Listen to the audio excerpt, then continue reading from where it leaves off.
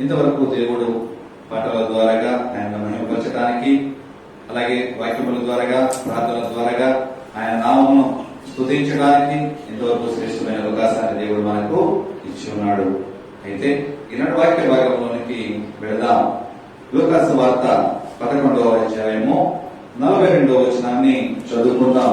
లూకా సువార్త 11వ అధ్యాయము 42వ వచనాన్ని చదువుకుందాం.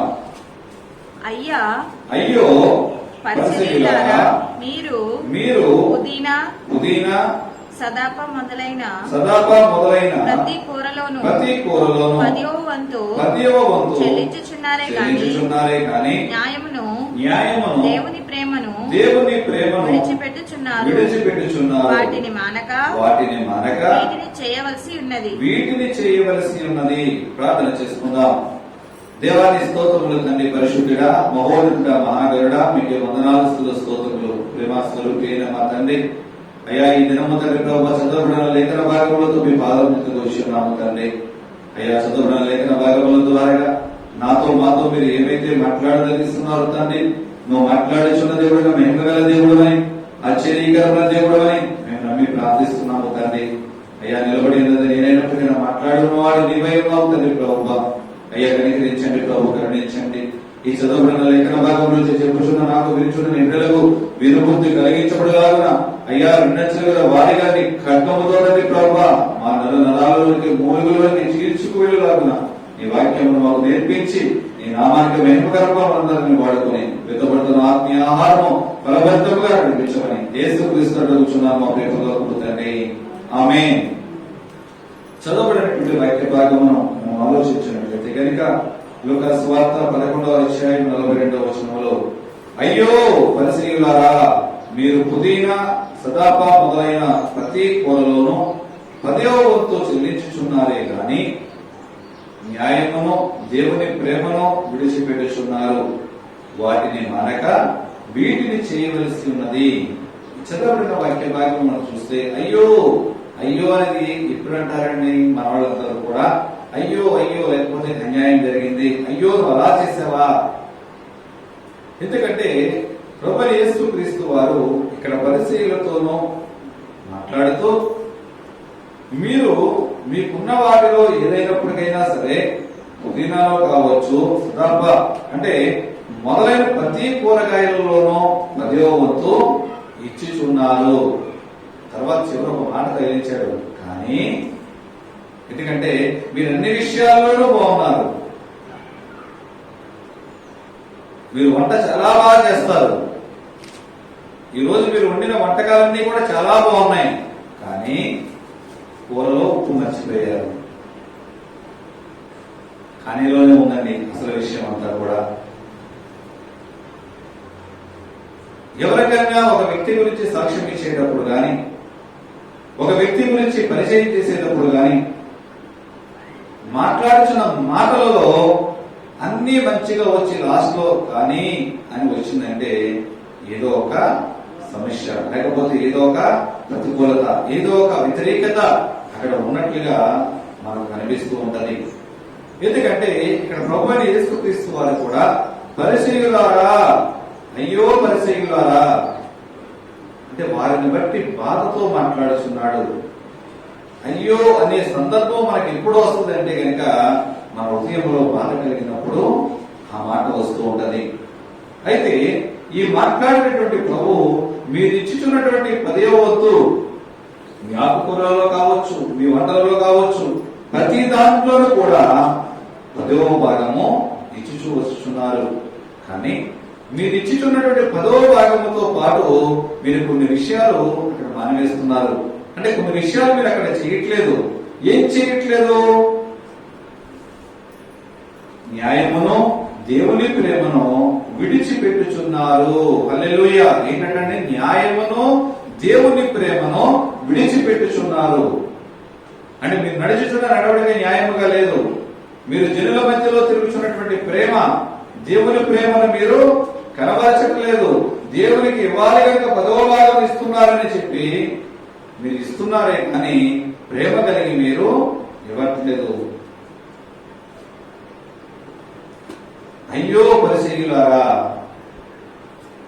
మీరు ఇచ్చిచున్నటువంటి కానుకలు కావచ్చు, మీరు ఇచ్చిచున్నటువంటి 10వ భాగం కావచ్చు, మీరు న్యాయముగా నడవకుండా మీరు 10వ భాగం ఇస్తే అది ఎవరికి కావాలి? మీరు క్రీస్తు ప్రేమను పంచకపోతే కనుక మీరు ఇచ్చుచున్న కానుకలే కావచ్చు, మీరు ఇచ్చుచున్న 10వ భాగములే కావచ్చు, ఏది ఏమైనప్పటికైనా మీరు దేవుని ప్రేమను కనబరిచినప్పుడు మీరిచ్చే 10వ భాగము దేని కొరకు ఉపయోగము అని దేవుడు మాట్లాడుచున్నాడు. అదేవిధంగా మత్తయి సువార్త 23వ అధ్యాయము, మత్తయి సువార్త 23వ అధ్యాయము 23వ వచనాన్ని కూడా ఒకసారి మనం చదువుకున్నట్లయితే, అయ్యో అయ్యో వేషధారులైన శాస్త్రులారా, పరిసయ్యులారా, మీరు పుదీనాలోను సోపులోను జీలకర్రలోను 10వ వంతు చెల్లించి ధర్మశాస్త్రములో ప్రధానమైన విషయములను అనగా న్యాయమును కనికరమును విశ్వాసమును విడిచిపెట్టితిరి. వాటిని మానక వీటిని చేయవలసి ఉండెను. హల్లెలూయా. ఎందుకంటే ఈ మత్తయి సువార్త 23వ అధ్యాయం అంతటిలోనూ కూడా శాస్త్రులు పరిసయ్యులు చేసినటువంటి పాపములను బట్టి, వారు చేసినటువంటి అపరాధములను బట్టి దేవుడు హెచ్చరికగా అంటే కఠినమైన మాటలు ఇక్కడ పలుకుతూ ఉంటాడు. కానీ ఇక్కడ వారితో మాట్లాడుతూ మీరు పుదీనాలోను సోపులోను జీలకర్రలో 10వ వంతు చెల్లించుతున్నారు, కానీ ధర్మశాస్త్రములో ఉన్నటువంటి ప్రధానమైన విషయములను అనగా న్యాయమును మీరు పాటించట్లేదు, జనుని ఎడల మీరు కనికరము చూపించట్లేదు, అలాగే దేవుని ఎడల విశ్వాసమును కూడా మీరు విడిచిపెట్టితిరి. మీరు 10వ వంతులు చెల్లించండి, చెల్లిస్తూ దానితో పాటు ఇవి కూడా పాటించండి. ఏమి పాటించాలి? న్యాయముగా మీరు ప్రవర్తించండి, ఇతరుల ఎడల కనికరము చూపించండి, అలాగే విశ్వాస విషయంలో బలవంతులుగా ఉండండి. మీరు కానుకలు ఒకటి ఇస్తే సరిపోదు, కానుకల కన్నా ముందు ఏమి ఇవ్వాలి? మన హృదయమును దేవునికి సమర్పించాలి. మీరు 10వ భాగంలో చెల్లిస్తే సరిపోదు, 10వ భాగం కన్నా ముందు నీతి న్యాయములతో నడుచుకోవడం మనం నేర్చుకోవాలి, వాక్యానుసారముగా నడుచుకోవడం నేర్చుకోవాలి, విశ్వాస విషయంలో బలవంతులుగా ఉండటం నేర్చుకోవాలి. ఇక్కడ పరిసయ్యులను బట్టి ఆయన మాట్లాడుచున్నాడు. ఎందుకంటే ఆయన శాస్త్రంలో పరిసయ్యులను బట్టి ఆయన మాట్లాడుతూ మత్తయి సువార్త 9వ అధ్యాయము 13వ వచనంలో మనము ఆలోచించి చూసినట్లయితే కనుక 9వ అధ్యాయము 13వ వచనము, అయితే నేను పాపులను పిలవచ్చితిని గాని నీతిమంతులను పిలవరాలేదు, కనుక కనికరమునే కోరుచున్నాను గాని బలిని కోరను అను వాక్య భావం ఏమిటో మీరు వెళ్ళి నేర్చుకోనండి. హల్లెలూయా. నేను పాపులను పిలవచ్చితిని, నీతిమంతుల కొరకు నేను రాలేదు.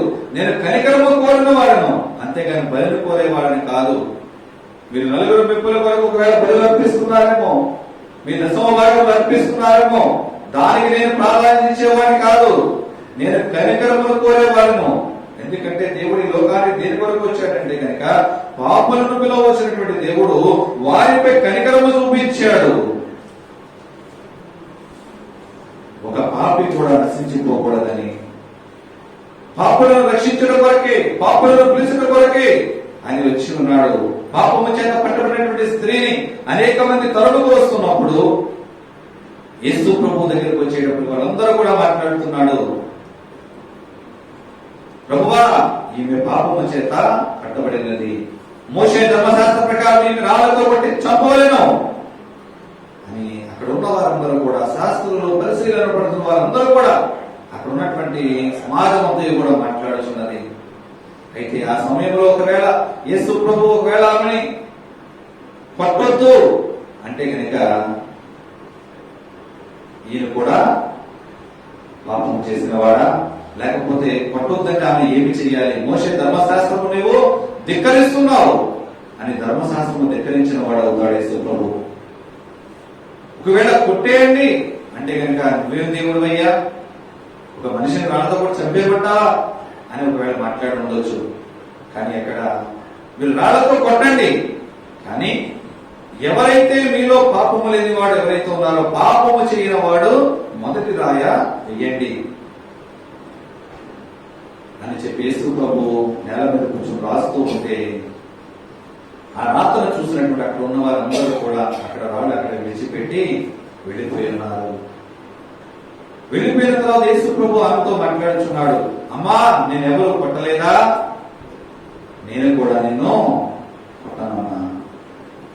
ఆ పాపిపై, పాపము చేత పట్టబడినటువంటి ఆ స్త్రీపై కరుణ చూపించినటువంటి దేవుడు.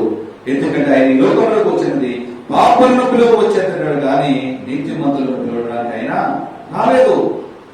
ఆమె పాపములు క్షమించి, అమ్మా నీ పాపములు క్షమింపబడినవి కానీ ఇక్కడ ముందు ఇప్పుడు కూడా నీవు పాపము చేయకు అని చెప్పి ఆమెపై కరుణ చూపి పాపములు క్షమించినట్లుగా మనకి లేఖనాలు తెలియజేస్తున్నాయి. అదే మత్తయి సువార్త 12వ అధ్యాయం 7వ వచనాన్ని చూద్దాం. మరియు కనికరమునే కోరుచున్నాను గాని బలిని నేను కోరను అను వాక్య భావము మీకు తెలిసి ఉంటే నిర్దోషులను తీర్పు తీర్చకపోదురు. హల్లెలూయా. నేను కనికరము కోరని వాడిని కనుక బలిని కోరను అని వాక్య భాగం మీకు తెలుసుంటే కనుక నిర్దోషులను దోషులని మీరు తీర్పు తీర్చరు. ఎవరిని బట్టి మాట్లాడుతున్నాడు? శాస్త్రులు పరిశీలన బట్టి. అక్కడ ఉన్న వారందరూ కూడా శాస్త్రులు పరిశీలనటువంటి వారు దేవునిని ఏ విధముగా దోషిగా నిలబెడదాం, ఏ విధముగా ఈయనలో తప్పులు పట్టుకుందాం, ఏ విధముగా ఆయన అవమానపరుద్దామని వారి ఆలోచన తలంపులు ఉంటే దేవుడు మాట్లాడుతున్నాడు, నేను కనికరము కోరు వాడినే కానీ బలిని కోరిన వాడును కాదు. ఆ వాక్య భాగం మీకు తెలుసుంటే కనుక మీరు నిర్దోషులను దోషులుగా ఎంచరు. అంటే శాస్త్రులు పరిశీలన చేస్తున్న పని ఏంటి? నిర్దోషులను దోషులుగా ఎంచుతున్నారు. అంటే న్యాయము తప్పి తీర్పు తీరుస్తున్నట్లుగా ఇక్కడ మనకు వాక్య భాగం బట్టి మనకు అర్థమవుతుంది. దేవుడు అదే మాట్లాడుతున్నాడు, నేను కనికరము కోరడానికి లోకానికి వచ్చాను, బలిని కోరేవాడిని కాదు. మీరిచ్చే దశమ భాగముల గురించి నేను ఈ లోకంలోనికి రాలేదు. మీరిచ్చే దశమ భాగములు ఇస్తూ ఇవ్వండి, కానీ దానితో పాటుగా ముందు న్యాయమును బట్టి మీరు నడుచుకోనండి. ఇతరుల పక్షముగా కనికరమును చూపించండి. విశ్వాస విషయంలో బలిష్ఠులుగా ఉండండి అని యేసు ప్రభు వారు మాట్లాడుచూ ఉన్నాడు. అదే విధముగా సమూయేలు రాసినటువంటి మొదటి సమూయేలు గ్రంథము 15వ అధ్యాయము 22వ వచనాన్ని చూద్దాం. అందుకు సమూయేలు నాకు సెలవిచ్చిన ఆజ్ఞను తాను సెలవిచ్చిన ఆజ్ఞను ఒకడు గైకొనుట వలన యెహోవా సంతోషించినట్లు ఒకడు దహన బలులను అర్పించుట వలన ఆయన సంతోషించున. ఆలోచించుము. బలులు అర్పించుట కంటే ఆజ్ఞ గైకొనుటయు పొట్టేళ్లకు అర్పించుట కంటే మాట వినుటయు శ్రేష్టము. హల్లెలూయా, హల్లెలూయా. ఇక్కడ దేవుడు సమూయేలుతో మాట్లాడుతున్నాడు. సమూయేలు ద్వారాగా సౌలు చేసినటువంటి పనికి, చేయమన్నటువంటి పని చేయకుండా దేవునికి అర్పణలు అర్పించడానికి బలిష్టమైన తీసుకొచ్చిన విధానానికి, దేవుని విషయంలో అపవిత్ర కార్యములు చేసినటువంటి సౌలును హెచ్చరిస్తూ ఇక్కడ మాట్లాడుచున్నాడు. తాను సెలవిచ్చిన ఆజ్ఞను గైకొనుట వలన యెహోవా సంతోషించున్నట్టు. అంటే దేవుడు ఏ మాట అయితే సెలవిచ్చాడో ఆ మాటను బట్టి దేవుడు ఏం చేస్తాడండి? సంతోషిస్తాడు. అంతేగాని దేవుడు ఇచ్చిన ఆజ్ఞను గైకొనకుండా దేవుని ఆజ్ఞను మీరి ఒకవేళ దేవునికి వ్యతిరేకమైన కార్యములు చేస్తూ నువ్వు బలులు అర్పిస్తే, దాన బలులు అర్పిస్తే దేవుడు సంతోషించునా అని చెప్పి మాట్లాడుతూ నువ్వు కొవ్విన పొట్టేలు అర్పించినప్పటికైనా అవి యెహోవాకు శ్రేష్టము కాదు. దేవుని మాట వినటం మాత్రమే నువ్వు పొట్టేలు అర్పించుట దానికంటే కూడా శ్రేష్టమని చెప్పి బైబిల్ గ్రంథము తెలియజేస్తుంది. మీకా గ్రంథము 6వ అధ్యాయము 8వ వచనాన్ని మనం చూసినట్లయితే కనుక మీకా గ్రంథము 6వ అధ్యాయము 8వ వచనం. మనుష్యుడా ఏది ఉత్తమము అది నీకు తెలియజేయబడి ఉన్నది. న్యాయముగా నడుచుకొనుటయు కనికరమును ప్రేమించుటయు దీన మనసు కలిగి దేవుని ఎదుట ప్రవర్తించుటయు ఇదే కదా యెహోవాని అడుగుచున్నాడు. ఎవరు అడుగుచున్నారు? యెహోవా అడుగుచున్నాడు. ఏమని అడుగుచున్నాడు? ఓ మనుషుడా, ఏది ఉత్తమమో అది నీకు తెలియబడి ఉన్నది. ఏది ఉత్తమమో నీకు తెలియబడి ఉన్నది. మోషే ధర్మశాస్త్ర ప్రకారముగా న్యాయముగా ప్రవర్తించమని లేదా? న్యాయముగా నడుచుకునేకు కనికరమును ప్రేమించాలి. కనికరమును ప్రేమించే వారికి ఉండాలని, దీన మనస్సు కలిగి నిన్ను నీవు తగ్గించుకోవాలని చెప్పి నీకు తెలియదా? ఏది ఉత్తమమో నీకు తెలియదా అని చెప్పి, ఓ మనుష్యుడా, అక్కడ కూడా ప్రవక్త అయినటువంటి మీకా ద్వారా ఆవేదనతో అడుగుతున్నట్లుగా, హెచ్చరికల ద్వారా అడుగుతున్నట్లుగా మనకు బైబిల్ గ్రంథంలో రాయబడి ఉంది. కానీ ఇక్కడ శాస్త్రంలో పరిశీలన బట్టి కూడా దేవుడు మాట్లాడుతూ మత్తయి సువార్త 23వ అధ్యాయము 13వ వచనాన్ని ఒకసారి మనం చదువుకున్నట్లయితే కనుక 23వ అధ్యాయము 13వ వచనం. అయ్యో వేషధారులైన శాస్త్రులారా పరిసయ్యులారా, మీరు మనుషుల ఎదుట పరలోక రాజ్యమును మూయుదురు. మీరు అందులో ప్రవేశించు వారిని ప్రవేశింపనివ్వరు. హల్లెలూయా. ఇక్కడ శాస్త్రులు పరిశీలన హెచ్చరికల ద్వారా, అయ్యో వేషధారులైన శాస్త్రులారా పరిసయ్యులారా, అయ్యో శాస్త్రులారా పరిసయ్యులారా. ఈ అధ్యాయంలో మనం చూస్తే సుమారుగా అయ్యో శాస్త్రులారా పరిసయ్యులారా 7 సార్లు రాయబడి ఉంటుందండి. 7 సార్లు హెచ్చరికలు చేస్తూ ఉంటాడు. అక్కడ పరిసయ్యులు చేసినటువంటి పాపములను బట్టి వారు జనుల మీద భారములను మోపుదురు గాని వారు మాత్రము భారాలు మోయరు.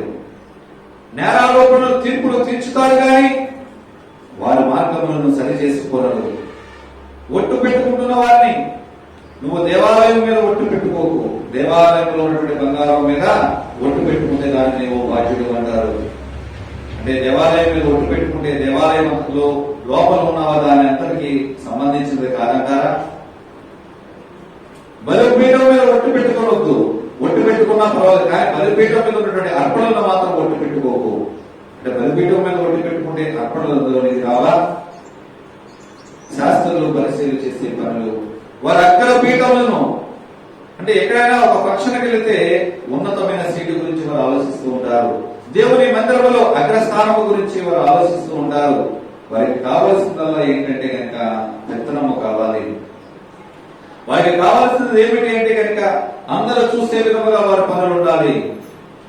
వేషధారణ, లోకమైనటువంటి వేషధారణ. మనం దేవుని మందిరంలో ఉన్నటువంటి, దేవుని ఆలయంలో ఉన్నటువంటి ప్రతి క్రైస్తవురాలు చేయవలసిన పని ఇరుకు మార్గమైనటువంటి దేవుని మార్గం ఎన్నుకునే వారిగా ఉండాలి. కానీ లోకమనే విశాల మార్గంలో వెళ్లే వారిగా మనం జీవించకూడదు. రాత్రి కాలంలో దైవజనులు మాట్లాడుతున్నారు ఇరుకు మార్గముల గురించి, విశాల మార్గముల గురించి ఆయన మాట్లాడుతున్నారు. మనం చేసే పని, దేవుని మందిరంలో ఉన్నటువంటి నీవు నేను ఏ విధముగా ఆలోచిస్తున్నాం? ఇరుకు మార్గంలో గుండా వెళ్ళి ఆయన ఇరుకు ద్వారంలో ప్రవేశించడానికి సిద్ధముగా ఉన్నామా?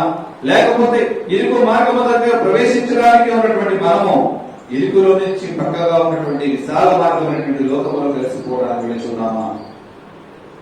ఆర్భాటములతో చేసే నీ భక్తి, ఆర్భాటములతో చేసేటువంటి నీ కృతజ్ఞతార్పణలు, ఆర్భాటములతో చేసేటువంటి దాన ధర్మములు, ఆర్భాటములతో చేసేటువంటి నీ పుణ్యకార్యములు కావచ్చు.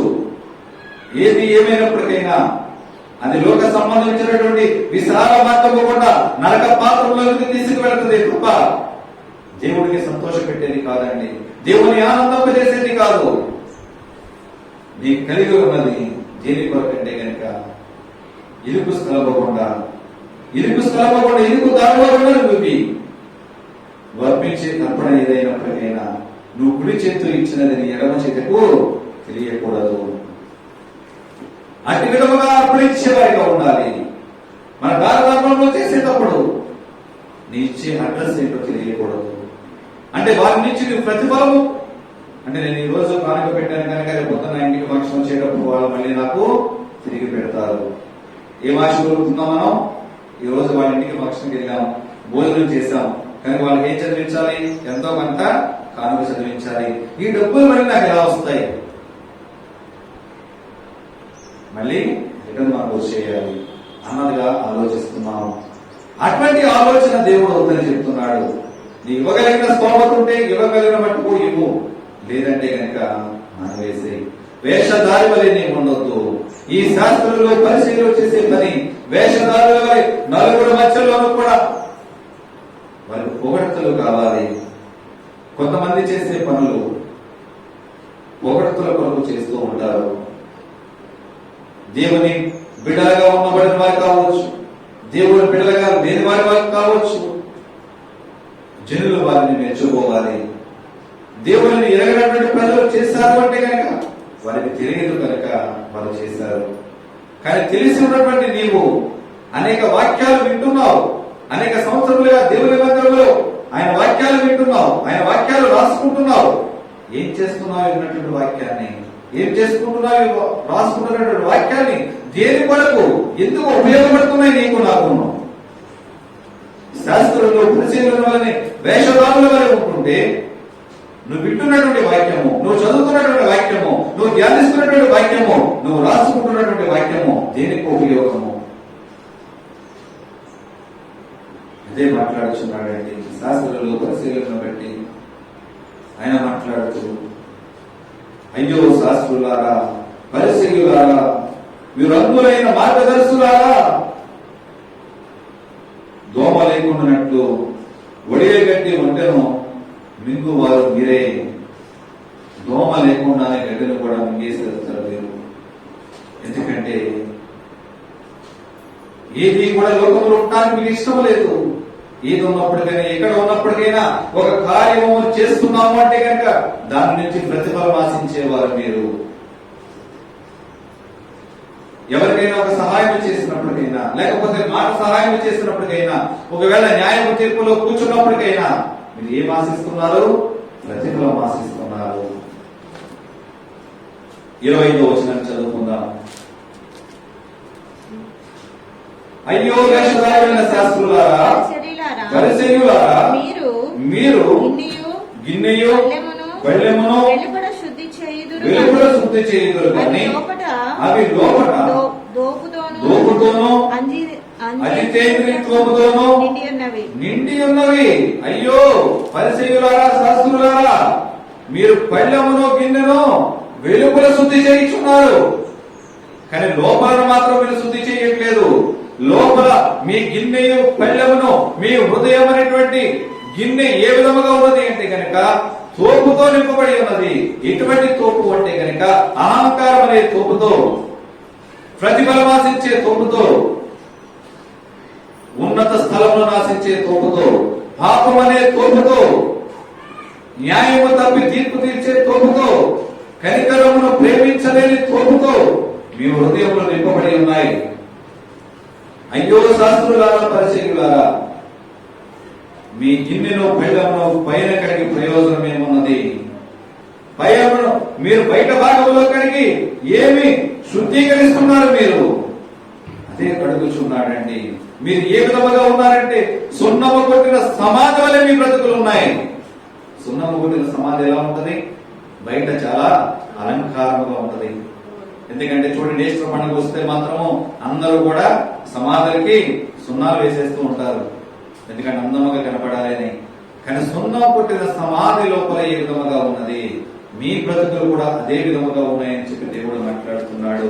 27వ వచనాన్ని మనం చదివినట్లయితే, అయ్యో వేషధారులైన శాస్త్రులారా, పరిసయ్యులారా, మీరు సున్నము కొట్టిన సమాధులను పోలి ఉన్నారు. మీరు సున్నము కొట్టిన సమాధిని పోలి ఉన్నారు. అవి వెలుపల శృంగారముగా అగబడును, కానీ లోపల చచ్చిన వారి ఎముకలతోనూ సమస్త కల్మషముతోనూ నిండి ఉన్నవి. అంటే సమాధులు ఎలా ఉంటాయి? బయటికి అందంగా ఉంటాయి, కానీ లోపల చచ్చిన వారి ఎముకలతో కంపు కొడుతూ ఉంటాయి. మీ హృదయములు కూడా అదే విధముగా ఉన్నాయి. మీరు చేసే దాన ధర్మాల పుణ్య కార్యములు దేని కొరకు మీరు చేస్తున్నారు అంటే కనుక మీరు లోకము యొక్క మెప్పు కొరకు చేస్తున్నారు, లోకములో పేరు ప్రఖ్యాతుల కొరకు చేస్తున్నారు, లోకములో ఘనత కొరకు చేస్తున్నారు. కానీ మీ హృదయ ఆలోచన తలంపులన్నీ కూడా ఇదే కంపు కొట్టే పరిస్థితుల్లో ఉన్నాయి. లోకములో బయటికి విశ్వాసం అని చెప్పుకుంటున్నారు, మీ హృదయ ఆలోచన తలంపులన్నీ కూడా సమాధిలో చచ్చిపోయిన వారి ఎముకలు ఏ విధముగా కంపు కొడుతున్నాయో మీ హృదయము ఆ విధముగా కంపు కొడుతుంది. మీ హృదయం అనే అంతా కూడా పాపం అనే తోపుతో నింపబడి ఉంది. మన వాళ్ళందరూ కూడా బూరెలు వేస్తూ ఉంటారు. బూరెలు వేసినప్పుడు ఏం చేస్తుంటారు, కొందరు లోపల ఉన్నటువంటి ఉండ అంటే స్వీట్ ని ఏం చేస్తారంటే కొందరు చిన్నగా చేస్తారు, బూరె పెద్దగా కనబడడానికి ఏం చేస్తారు, తోపే కదండి అంటారు, ఆ తోపుని ఎక్కువ పెట్టి బూరేస్తూ ఉంటారు. కొందరు ఏం చేస్తారు, ఉండలు పెద్దవి చేస్తారు, తోపు తక్కువ పెట్టమ్మా అని చెప్పి పలచటి తోపు పెట్టి బూరెలు వేస్తూ ఉంటారు. అంటే రెండూ బూరెలే, రెండూ ఈ సైజే ఉన్నాయి. లోపల స్వీట్ ఒక దాంట్లో చిన్నది ఉంది, ఒక దాంట్లో పెద్దది ఉంది. ఒక దాని తోపు తులసరగా ఉంది, ఒక దానికి తోపు పలచగా ఉంది. ఏదైనా తినడానికి. కానీ మన పంటికి తగిలేటప్పుడు ఏ స్వీట్ ముందుగా తగులుతుంది అంటే పలచగా ఉన్నటువంటి తోపు కొరకటానికి త్వరగా, స్వీట్ తినడానికి త్వరగా మనకు అందుబాటులోకి వస్తుంది. కానీ దళసరిగా ఉన్న తోపు మన నోటిని పట్టుకుంటూ ఉంటది. ఎందుకంటే స్వీట్ కన్నా ముందు తోపు అడ్డుపడుతూ ఉంటది. నీ హృదయం అనేటువంటి ఆకారంలో ఉన్నటువంటి పెట్టబడినటువంటి తోపు బలమైన తోపు పెట్టబడి ఉన్నది. పాపముతో నిండి ఉన్నటువంటి తోపు. ఆ తోపనే అడ్డుపడ్డ ఆ తోపు తొలగించబడితేనే కానీ ప్రభువు నీలోకి రావడానికి అవకాశం లేదు. నువ్వు ఎంతసేపు పై మెరుగులు, నేను ఎంత స్నానం చేశాను, ఎంత మంచి బట్టలు కట్టాను, ఎంత సౌందర్యాన్ని, ఎంత లేకపోతే అలంకరణ నేను పూసుకున్నానని చెప్పి బయట అలంకరణను నువ్వు ప్రేమిస్తున్నావే కానీ నీ ఆంతరంద్రియములో ఉన్నటువంటి అలంకరణ, నీ హృదయముకు పట్టినటువంటి ఆ తోపు విడవలేకపోతున్నావు.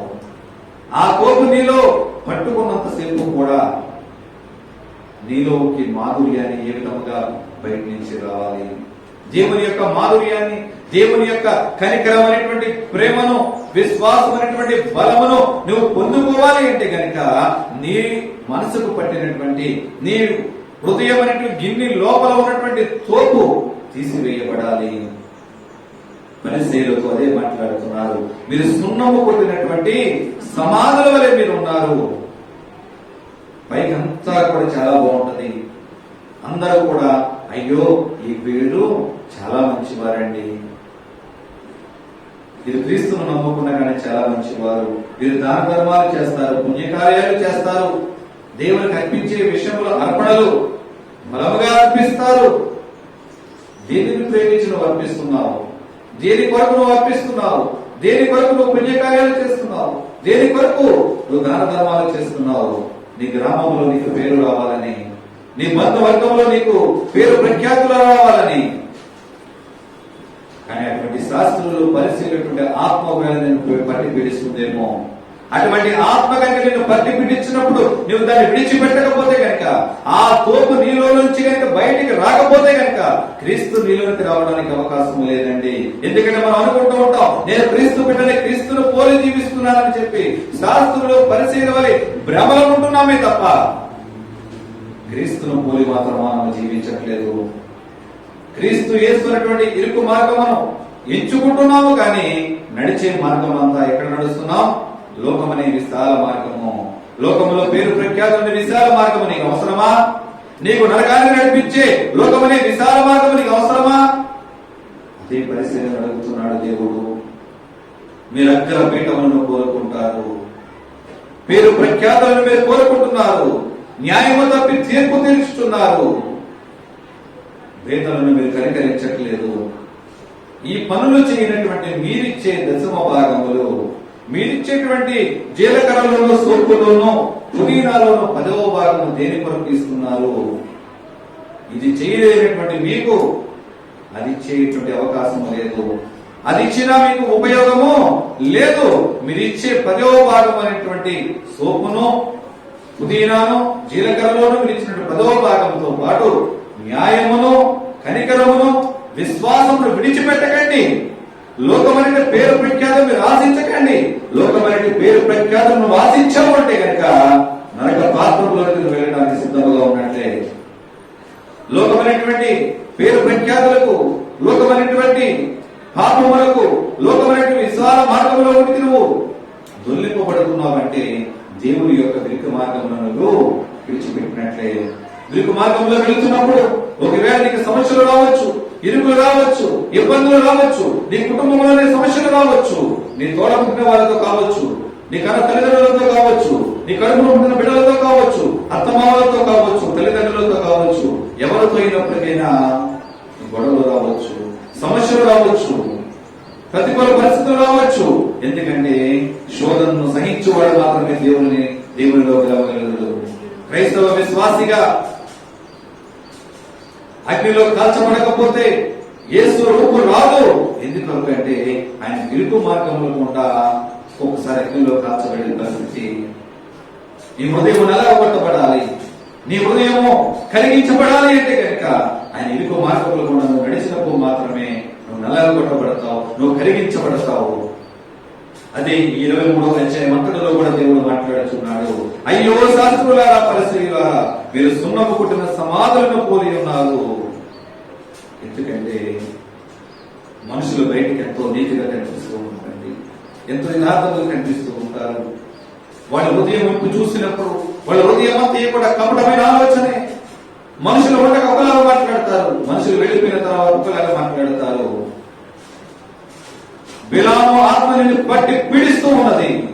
ఎందుకంటే బిలాము క్రీస్తు ప్రజలను ఇశ్రాయేలు జనాంగంను శపించడానికి వెళ్ళినప్పుడు, ఇశ్రాయేలు ప్రజలను శపించడానికి దేవుడు వల్లబడినప్పుడు ఇశ్రాయేలు ప్రజలను దీవించాడు, ఆశీర్వదించాడు. అక్కడి నుంచి వెళ్ళిపోయిన తర్వాత బాలాకు రాజుతో కలిసి ఇశ్రాయేలు ఎటువంటి పాపము గుండా నడిపించాలో బాలాకుతో ఆలోచనలు ఇస్తున్నాడు. నీ ఆలోచన తలంపులు కూడా అదే విధముగా ఉన్నాయా? బిలాము ఆత్మ వేళను ప్రేరేపిస్తూ ప్రోత్సహిస్తున్నదేమో, యెజబెలు ఆత్మ నిన్ను పట్టి పీడిస్తున్నదేమో, గర్వము అహంకారం నుండి ఆత్మ, ఎదరవారి కీడును కోరుకునే ఆత్మ ఒకవేళ నీలో ప్రేరేపిస్తున్నదేమో. ఈనాడు వెనకటిని విడిచిపెట్టకపోతే కనుక ఆయన రాజ్యానికి వారసులను కాలేమండి. లోకమంతయు కూడా అపవాది తంత్రములతో, లోకమంతయు కూడా సాతాను యొక్క బంధకాలలో బంధింపబడి ఉన్నది. క్రీస్తు బిడ్డలుగా పిలువబడుతున్నటువంటి దేవుడు నేను ఎవరి స్వాధీనంలో ఉన్నాం? క్రీస్తు స్వాధీనంలో ఉన్నామా, లేదంటే అపవాది స్వాధీనంలో ఉన్నామా? నువ్వు క్రీస్తు స్వాధీనంలో ఉంటే కనుక ఇరుకు మార్గమైనటువంటి దేవుని మార్గమును ఇక్కడ మత్తయి సువార్త 23వ అధ్యాయంలో ఏ విధముగా అయితే క్రీస్తు పరిశీలన కొరకు, శాస్త్రుల కొరకు, హెచ్చరికల కొరకు కఠినమైన మాటలు మాట్లాడి ఉన్నాడు, ఆ మాటలను అర్థం చేసుకుని బ్రతుకులు సరి చేసుకుంటే కనుక ఇరుకు మార్గంలోనే దేవుడు నీకు విశాలత కలగజేస్తానని దేవుడు మాట్లాడుతున్నాడు. ఒకవేళ కనుక ఆ మార్గం నాకు ఇష్టం లేదు అని చెప్పి లోకమనే విశాలతను, లోకమనే పేరు ప్రఖ్యాతులను, లోకమైనటువంటి హోదాను, లోకమనే అంద చందములను కోరుకుంటూ ఇంకా యెజబెలు ఆత్మ నీలో గర్జించుతున్నట్లయితే కనుక, లోకమైనటువంటి అపవాది తంత్రములను బంధింపబడి ఉంటే కనుక నాశన బాధని కొరకు ఎదురు చూస్తూ ఉన్నాడు. పాతాళ లోకములు తెరవబడి ఉన్నాయి. దీని కొరకంటే నువ్వు లోకమును ఆశిస్తున్నావు, లోకమనే విశాలతనే నువ్వు కోరుకుంటున్నావు, కానీ క్రీస్తు ప్రేమను కోరుకోనట్లేదు. అదే దేవుడు మాట్లాడుతున్నాడు ఈ శాస్త్రంలో పరిశీలన బట్టి. 29వ వచనాన్ని మనం చూద్దాం. అయ్యో అయ్యో వేషధారులైన శాస్త్రులారా, పరిసయ్యులారా, మీరు ప్రవక్తల సమాధులను కట్టించుచు, నీతిమంతుల ఓరీలను శృంగారించుచు, మనము మన పితరుల దినములలో ప్రవక్తల మరణ విషయములో వారితో పాలివారమై ఉండకపోదుమని చెప్పుకొందురు. అంటే ప్రవక్తల సమాధులు కట్టిస్తున్నటువంటి మీరు ఆ ప్రవక్తలు ఉన్న సమయాల్లో మనం ఉంటే కనుక వారితో పాటు మనము పాలివారమై ఉండకపోవడము. అంటే వారు చచ్చిపోయారు, ఎందుకు దేవుని సేవకులుగా ఉండి ఈ రోజు మనము దేవుని సేవకులుగా ఉండి దేవుని కొరకు ప్రాణములు అర్పించే అటువంటి విధముగా మనం సేవ చేస్తున్నామా? శాస్త్రులు పరిశీలు ఆ విధముగా లేరు. వారంతయు కూడా ఎత్తని బరువులు వారు ఎత్తిస్తూ వీరు చిటికిన వేలుతో కూడా బరువులు మొయ్యరు. ఎదరవారిని శాసించడానికి మాత్రమే, ఎదరవారికి పనులు చెప్పడానికి మాత్రమే అండి వారు ఉండేది. వారి ప్రవర్తనను బట్టి ప్రభువు విలపిస్తున్నట్లుగా అయ్యో అయ్యో అంటే బాధ కలిగినప్పుడు మాత్రమే, ఏదో ప్రమాదకరమైన పరిస్థితులు వచ్చినప్పుడే, ఏదో దుర్వార్త విన్నప్పుడే అయ్యో నాకే ఇంతటి శ్రమ రావాలి అని మనం బాధపడుతూ ఉంటాం. ప్రభు బాధతో రాస్తున్నటువంటి మాటలు, అయ్యో శాస్త్రులారా పరిశీలారా మీరు మార్పు చెందరా, సున్నం కొట్టిన సమాధుల వలె ఎన్ని దినాలు ఉంటారు, సున్నం కొట్టిన సమాధుల వలె మీరు ఉంటూ మీ దశమ భాగంలో దేని కొరకు ఇస్తున్నారు? మార్కు సువార్త 7వ అధ్యాయము, మార్కు సువార్త 7వ అధ్యాయము 6వ వచనం నుంచి 9వ వచనం వరకు ఒకసారి చదువుకుందాం.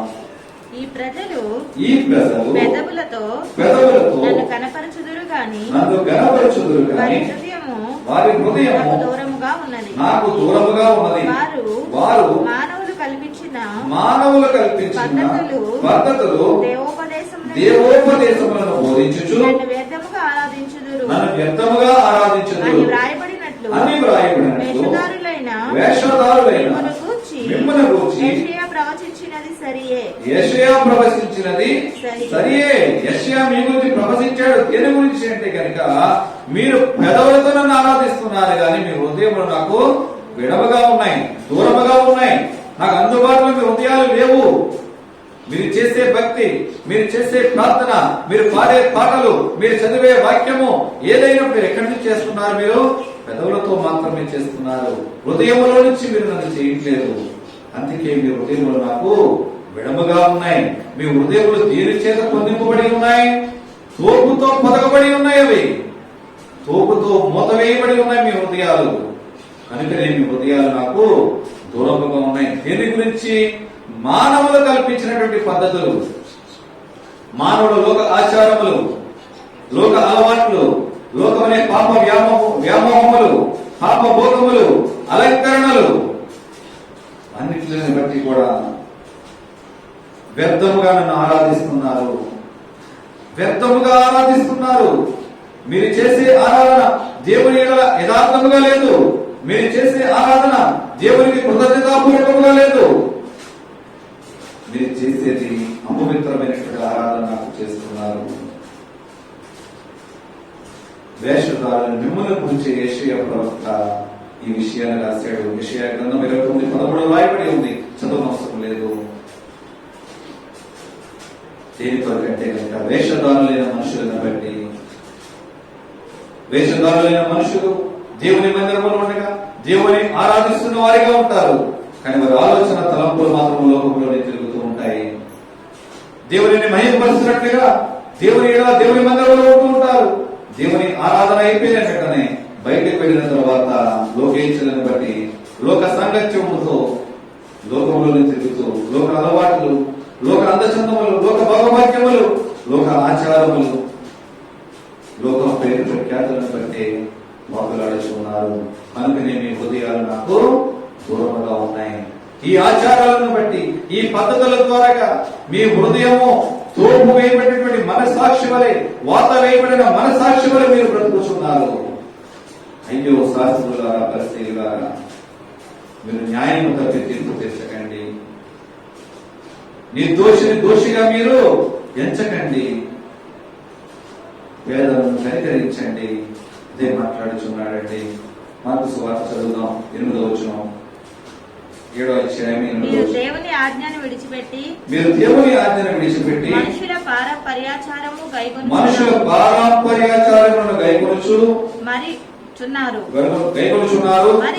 మరియు ఆయన మీరు మీ పారంపర్యాచారములను గైకొనుటకు దేవుని ఆజ్ఞను బొత్తిగా నిరాకరిస్తున్నారు.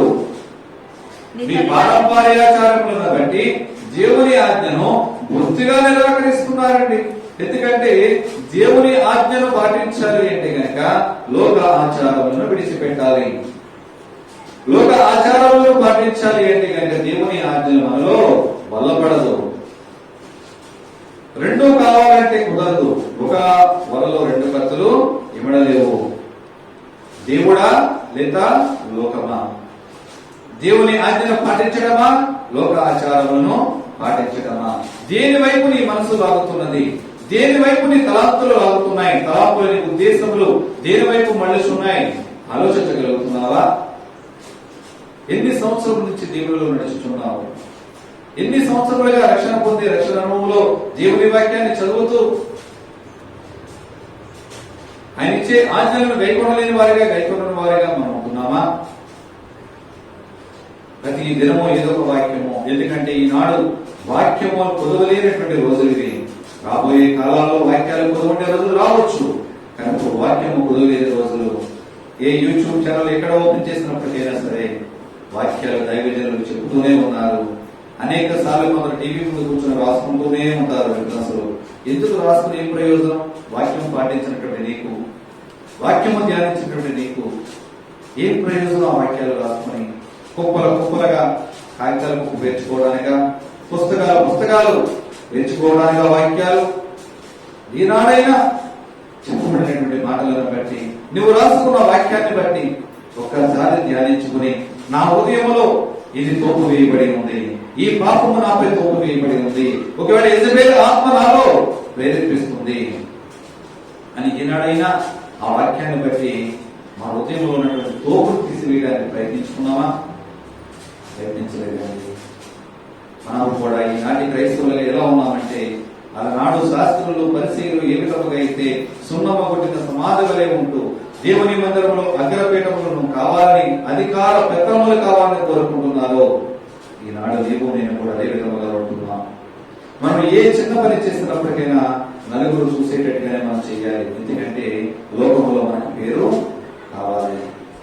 నువ్విచ్చే దాన ధర్మము, నువ్వు కుడి చేతులు ఇచ్చినది ఎడమ చేతికి తెలియకూడదు.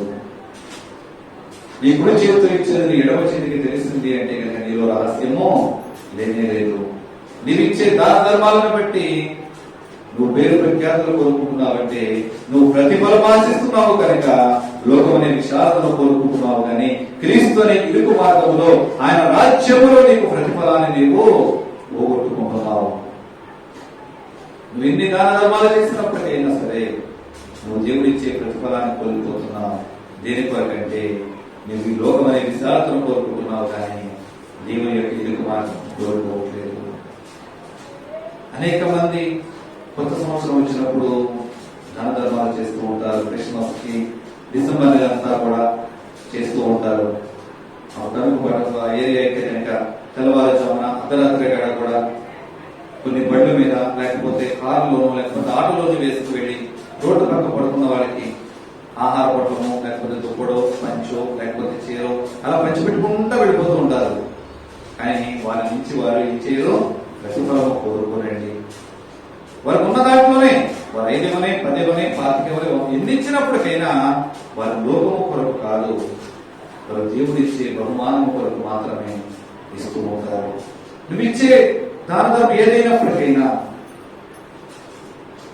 దేవుని మెచ్చుకునే వారికి ఉండాలి, కానీ మనుషులు మెచ్చుకునే వారికి మనము ఇచ్చేవారిగా ఉండదు.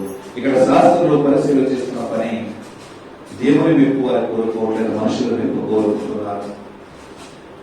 మనుషుల మీద అధికారం చెలాయించడానికి, పెత్తనము చెలాయించడానికి మనుషుల మెప్పు కొరకు వారు ప్రయత్నాలు చేస్తున్నారే కానీ దేవుని కొరకు ప్రయత్నం చేసేవారిగా, ఇరుకు మార్గము కూడా దేవుని ఇరుకు ద్వారంలో ప్రవేశించడానికి వారు ఇష్టపడేవారిగా లేదండి. ఒకవేళ ఇష్టపడితే కనుక అగ్రస్థానం వారు కోరుకోవాల్సిన పరిస్థితి వస్తుంది. ఒకవేళ ఇరుకు మార్గం వాళ్ళు ఎంచుకుంటే కనుక లోకం అనే పేరు ప్రఖ్యాతులు కోల్పోవాల్సి వస్తుంది. వాళ్ళు ఇరుకు మార్గం ఎంచుకుంటే కనుక వారికి ఉన్న ఆస్తిపాస్తులు కోల్పోవాల్సి వస్తాయి. వాళ్ళు ఇరుకు మార్గం ఎంచుకుంటే కనుక వారి బంధుగణాన్ని విడిచిపెట్టవలసిన పరిస్థితి ఏర్పడుతుంది. కనుక వాతవేయబడిన మనసాక్షి కలిగినటువంటి శాస్త్రులు పరిశీలు లోక విప్లవం కోరుకుంటున్నారే కానీ దేవుని విప్లవం కోరుకోవట్లేదు. నేను క్రైస్తవులుగా ఉన్నటువంటి నీవు నేను నా ప్రియ సహోదరులుగా దేవుని బిడ్డలుగా నీవు నేను ఏ విధంగా జీవిస్తున్నావు? ఎవరిని మెప్పు కోరి ఈ లోకంలో జీవిస్తున్నాం? ఇంకా లోకం అనే విషయాలలోనే, లోకం అనే బురదలోనే ఇంకా కొట్టుబిట్టలాడుతున్నావా? లేదంటే కనుక ఇరుకు మార్గమైనటువంటి శ్రమల మార్గపోకుండా వెళుతూ క్రీస్తు ద్వారపోకుండా క్రీస్తు రాజ్యానికి వారసురాలు అవడానికి సిద్ధంగా ఉన్నావా? ఏ విధముగా నీవు నేను జీవిస్తున్నావు? ఆలోచిద్దామండి. ఎందుకంటే ఎన్ని సంవత్సరాలు ఆయనలో ఉన్నప్పటికైనా, మార్పు లేని జీవితంలో ఎన్ని సంవత్సరాలు ఉన్నప్పటికైనా, ఉదయకాలమందు పొలంలో పని చేయడానికి వచ్చిన వారికి ఏ జీతం అయితే ఇవ్వబడిందో ఆఖరిలో వచ్చిన వారికి కూడా అదే జీతం ఇవ్వబడినట్లుగా మార్పు చెందితే కనుక నువ్వు ఈనాడు మార్పు చెందినప్పటికైనా నీకు జీతం ఇవ్వడానికి ఆయన సిద్ధంగా ఉన్నాడు. మార్పు చెందకపోతే కనుక నువ్వు ఎన్ని సంవత్సరాల నుండి ఆయనలో ఉన్నప్పటికైనా కానీ నీకు ప్రతిఫలం రాలండి. వారి క్రియల చొప్పున వారికి ఎవరికి వారికి జీతం ఇవ్వడానికి ఆయన దగ్గర లెక్కలు ఎప్పటికప్పుడు సిద్ధంగానే ఉన్నాయి. ఇంతవరకు మార్పు చెందకపోతే కనుక ఈనాడైనా మార్పు చెందుదాం. మారు మనసు పొంది దేవుని రాజ్యానికి వారసులు అవడానికి సత్యమును అనుసరిస్తూ, నీతిని అనుసరిస్తూ, యథార్థతను కనికరమును ప్రేమిస్తూ అనేక మంది వరకు ప్రాధేయపడేవారిగా, అనేక మంది వరకు ప్రార్థించేవారిగా, విజ్ఞాపనలు యాచనలు చేసేవారిగా దేవుని మార్గమైనటువంటి ఇరుకు మార్గమును ఎంచుకుంటూ విశ్వాస జీవితాన్ని పునాది మీద కట్టబడినటువంటి, అంటే బండ మీద కట్టబడినటువంటి నిలువరి మన విశ్వాసము స్థిరపరచుకుందాం. ఆయన ఆ రాజ్యానికి వారసులమై ఆయన ఇచ్చే దీవెనలను పొందుకుందాం. అటువంటి కృప పరిశుద్ధాత్మ దేవుడు అందరికీ కలుగజేయును గాక. ఆమేన్. ప్రార్థన చేసుకుందామండి. దేవాన్ని స్తోత్రములు తండ్రి, పరిశుద్ధిగా మహోన్నతుగా మహిమగల దేవా మీకు వందనాలు చెల్లించున్నామయ్యా. ఇంతవరకు మీరు చెప్పిన మాటలను బట్టి మీకే స్తుతుల స్తోత్రములు చెల్లించున్నాం. అవును ప్రభువా, ఆనాడు శాస్త్రులు పరిశీలన బట్టి అయ్యో శాస్త్రులారా పరిశీలులారా చెప్పి ఎంతో వేదనతో మాట్లాడుచున్నావయ్యా. ఈనాడు నన్ను బట్టి, సంఘమును బట్టి, సహవాసమును బట్టి ఒకవేళ వేదన చెందే పరిస్థితుల్లో మాలో ఉంటే ఈ మధ్యాహ్న కాలంలో మేము సరి చేసుకుంటున్నామయ్యా. మరొక ఆలోచన తలంపులో గార్చే దేవుడు నీవై ఉన్నావు అయ్యా. వాత వేయబడిన మనసాక్షులు మా బ్రతుకులను ఈనాడు మేము సరి చేసుకుంటున్నాము తండ్రి ప్రభువా. మాలో ఉన్న తోపులు తీసివేసి తండ్రి ప్రభువా, నీ పరిశుద్ధాత్మని శక్తి ద్వారా విశ్వాస జీవితంలో బలవంతులుగా వాడబడుతూ అయ్యా నైనా సత్యమును అనుసరిస్తూ నాయన అయ్యా కనికరమును ప్రేమించే విధంగా నన్ను వాడుకలు చూపించమని అయ్యా వెతుబడిన ఆత్మీయ ఏది వ్యర్థమకుండా ప్రతి జీవితంలో బలవంతంగా మీరు వాడుకుని నీ నామానికి మేము తెచ్చుకోమని యేసుక్రీస్తు అడుగుచున్నాను మా ప్రియపరలోకపు తండ్రి. ఆమేన్, ఆమేన్, ఆమేన్. వందనాలండి.